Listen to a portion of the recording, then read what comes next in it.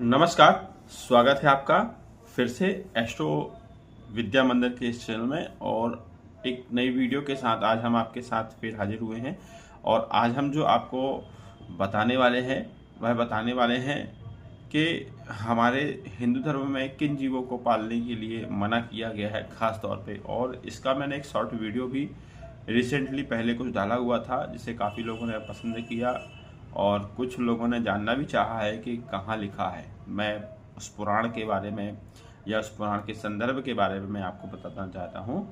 इससे पहले यदि आप चैनल से नए जुड़े हैं तो कृपया करके चैनल से जुड़ें, नहीं जुड़े हैं तो चैनल को लाइक या सब्सक्राइब जरूर करिए।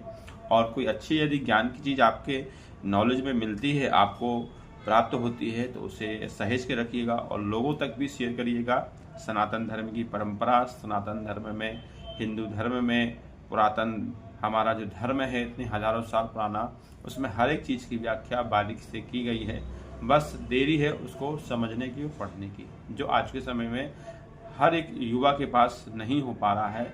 लेकिन मैं सभी से प्रार्थना करता हूं कि सबको अपने धर्म के ग्रंथों को ज़रूर पढ़ना चाहिए। इससे उनकी बुद्धि, विवेक, ज्ञान में वृद्धि होती है और इससे पुण्य भी मिलता है। पुण्य के साथ साथ उनके जीवन में कुछ चेंजेस भी आते हैं इन ग्रंथों को पढ़ने से।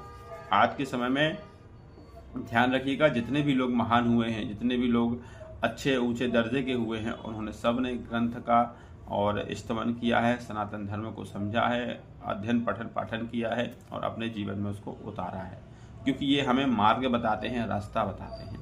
इसी संदर्भ में आज के वीडियो में हम यही बताने जा रहे हैं आपको कि हिंदू धर्म में मुर्गा पालना, बकरी या बकरे का पालन करना, कुत्ता पालना, बिल्ली पालना, ये मना ही की गई है। इसके पीछे कारण ये था कि ब्रह्मवैवर्त ब्रह्म पुराण में एक अध्याय आता है, उसमें लिखा है कि पाताल के नरक का वर्णन और उसमें कीर्तन के बारे में, भगवान नाम के कीर्तन के बारे में बताया गया है। उसी के बीच में ये टॉपिक हमको मिलता है। क्या मिलता है? उसमें कहा गया है कि जो लोग बिल्ली का पालन करते हैं, मुर्गी या मुर्गे का, बकरा या बकरी का, कुत्ता का या फीमेल डॉग का या मेल डॉग का और सूअर का जो पालन करते हैं, उनको पुण्य नहीं मिलता। उनके पुण्य पूरे क्षीण हो जाते हैं। जो पुण्य वो करेंगे, जो काम वो करेंगे, वो सब क्षीण होते चले जाएंगे। इससे उनको लाभ नहीं होगा। जो हवन तपन जप यज्ञ सब करते हैं वो सब उनकी मिट्टी में मिल जाएंगे और साथ ही साथ इससे उनको नरकों की यात्रा भी भोगनी पड़ेगी। और साथ ही साथ उसमें ये भी कहा गया है कि जो लोग चिड़िया पालने वाले हैं, जो चिड़िया पालते हैं, उनको चिड़िया भी नहीं पालना चाहिए। कि देखिए, किसी भी जीव को पालने का अधिकार सनातन धर्म में नहीं दिया है। केवल एक गौ माता की सेवा के बारे में ही बताया गया है। बाकी किसी जीव की सेवा जो बताई गई है वो घर के बाहर बताई गई है। अर्थात घर के बाहर आप उसकी सेवा कर लीजिए, घर के बाहर उसे आप प्रेम, लाड़ दुलार जो आपको करना है वो कर दीजिए। घर के बाहर आप उसे दाना पानी जो देना चाहें दे सकते, पर घर में उसको पालना, रखना, उसको देना, ये वर्जित बताया। घर में केवल योग्य यदि शास्त्र में किसी ने परमिशन दी है, वो केवल गौ माता की परमिशन दी है कि आप घर में केवल गौ का पालन पोषण कर सकते हैं, क्योंकि गौ में सभी देव निवास करते हैं। और इन जो जानवर हैं, जो मैंने आपको बताया है, इन पर आसुरी शक्तियों का, नकारात्मक शक्तियों का आवाज सबसे ज़्यादा होता है और इनको वो चीज़ें सबसे पहले दिखती हैं जो आप हमको नहीं दिखती। यम के दूत हो गए, बुरी शक्तियाँ हो गई, काली ऊर्जा हुई, काली शक्तियाँ हुई, जादुई शक्तियाँ होंगी, ये सब उनको आँखों में, उनकी चीज़ों में महसूस होती है। इसलिए इनका वर्जित गया गया, इनको आसुरी शक्तियों से जोड़ा गया है। और साथ ही साथ जो लोग यदि इनका पालन करते हैं तो उनको क्रमी कूप होता है नरक का, जिसमें उनको गिरना पड़ता है।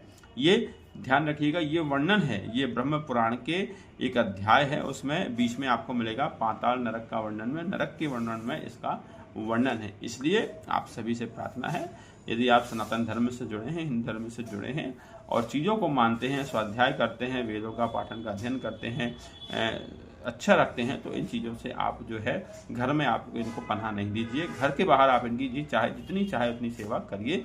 घर में केवल आपको गौ पालन ही करना चाहिए। ये पुराण में जो बताना चाह रहा थे, लोग पूछ रहे थे, वो मैंने बता दिया। क्योंकि क्या है, बिना प्रमाण के कोई भी चीज़ बात कहना हम हमारे को अच्छा नहीं लगता, तो हम हर चीज़ का प्रमाण आपको देते हैं कि इस संबंधित में ये चीज़ लिखी है।